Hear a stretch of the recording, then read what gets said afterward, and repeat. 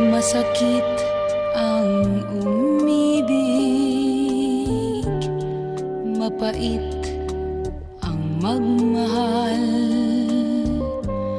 lalo na kung bawat isa'y may pananagutan na. Malihim ang pag-ibig, pangambay, laging taglay sa pagnakaw ng sandaling